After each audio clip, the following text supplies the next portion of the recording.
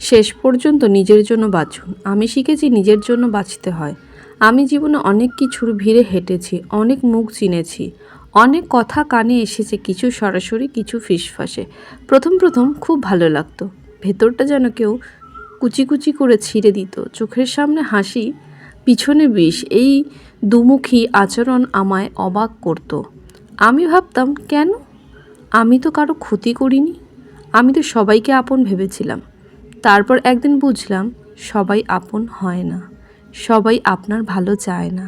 অনেকেই অপেক্ষা করে কখন আপনি হোঁচট খাবেন, কখন আপনি ভেঙে পড়বেন, যাতে তারা আড়ালে দাঁড়িয়ে নীরব আনন্দে ভাসতে পারে। আমি তখন সিদ্ধান্ত নিলাম, আর নয়, নিজের শান্তি, নিজের সম্মান এবার নিজের হাতে রাখবো। কারো কথায় কান দেব না, কারো ছোট করে দেওয়ার ভ্রুকুটি আমায় স্পর্শ করবে না। যখন কেউ বলছে তুমি পারবে না, আমি আর পাল্টা জবাব দিইনি। শুধু মন খুলে হাসছি, কারণ আমি জানি তারা আমার গল্পের লেখক নয়। আমার গল্প আমার সৃষ্টিকর্তা নিজেই লিখবেন। আমার ব্যর্থতারও মালিক উনি, আমার সাফল্যেরও মালিক উনি। আমি শুধু ধৈর্য ধারণ করছি, ভগবানের ওপর ভরসা করে।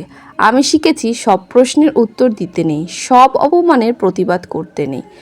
চুপচাপ নিজের কাজ করে যেতে হয়। চুপ থাকা কোনো দুর্বলতা নয়, বরং ওটাই সবচেয়ে বড় শক্তি। আমি এখন অন্যরকম জীবন বেছে নিয়েছি। যখন অন্যেরা পিছনে কথা বলে, আমি সামনের রাস্তা খুঁজে নিই। যখন ওরা আমাকে ছোট করে, আমি আরও উঁচুতে উঠি। আর যখন বিষ ছড়ায়, আমি গন্ধসুখী গোলাপের।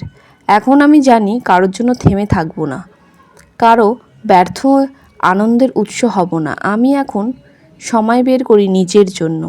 এক কাপ চায়ে মুগ্ধ হই, নিজের প্রিয় গীতা পড়ি, জানলা দিয়ে আকাশ দেখি, পুরনো ছবিতে হারিয়ে যাই। আমি বাঁচি নিজের জন্য।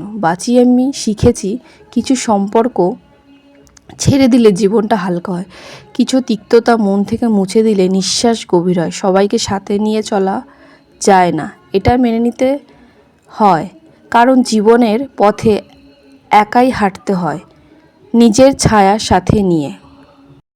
আজ আমি কৃতজ্ঞ সেই সব আঘাতের জন্য যা আমাকে ভেঙে না দিয়ে গড়ে তুলেছে, সেই সব একাকিত্বের জন্য যা আমায় নিজেকে ভালোবাসতে শিখিয়েছে। আমি এখন জানি, আমি কারো প্রমাণ নই, আমি কারো গল্প নই, আমি নিজের গল্প নিজেই।